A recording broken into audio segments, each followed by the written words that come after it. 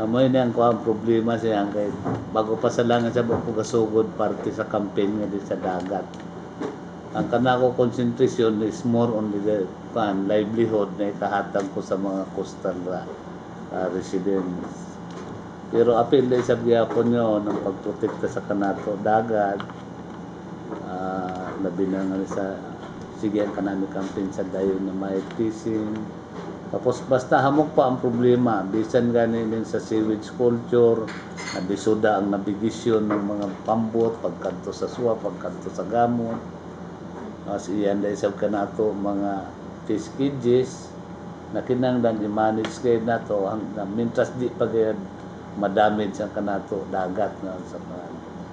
Kupol isabsin kanato lugar, kaya ang baro hamok sa ini mga small scale mining, tapos gold panning na usahay ganing kanato suba sa bito sa kayab usahay kuanan na sini mga gold panners na kadugang kadaot sa kanato suba dara pagayda sa kanato dagat.